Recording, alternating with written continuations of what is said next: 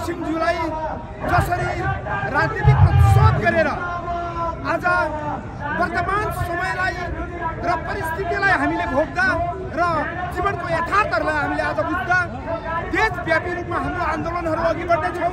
सरकारको विरुद्धमा अब जनचेतना दिएर जनतामाझ आज हामीले अनुरोध गर्दै आज देशव्यापी रूपमा हाम्रो आन्दोलनहरूले न्याय पाउनुपर्छ र गरिब जनताहरूको आशा र भरोसाको केन्द्रहरूमा कुनै पनि किर्ते ओत्ताली भट्टा जासुसीको अन्त्य गर्न अब हामी यो देशका धर्मपुत्रहरू अघि बढ्नेछौँ भन्दै आम नेपाली सर्वसाधारण जनताहरू एक ठाउँ हुन र उभिन हार्दिक हार्दिक अपिल गर्न चाहन्छु।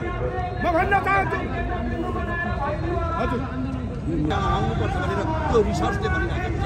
हामी ती आधारहरू हेरेर र मुलुक जुन अहिले नेतृत्व विहीन भएर लथालिङ्ग भएको छ यी आधारहरू हेरेर यी मानकहरूलाई हेरेर अहिले भ्रष्टाचारले देश डुबेको छ।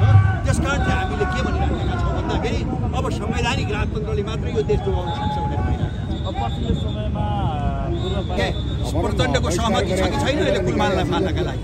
अनि प्रचण्डको सहमति यो गणतन्त्र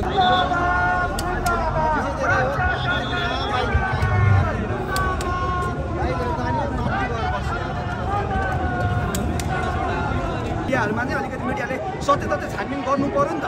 कुलमान घिसिङले साँच्चै के गरेको एउटा कुशल व्यवस्थापकै हो नि त कुलमान घिसिङ। उसले त व्यवस्थापन गरे, उसले आफ्नो तपाईँको हाइड्रो पावरहरूलाई सञ्चालन गरे ल्याए, त्यसमा व्यवस्थापन सबैभन्दा ठुलो कुरा हो कि हामीसँग भएको स्रोत साथ अथाह छ।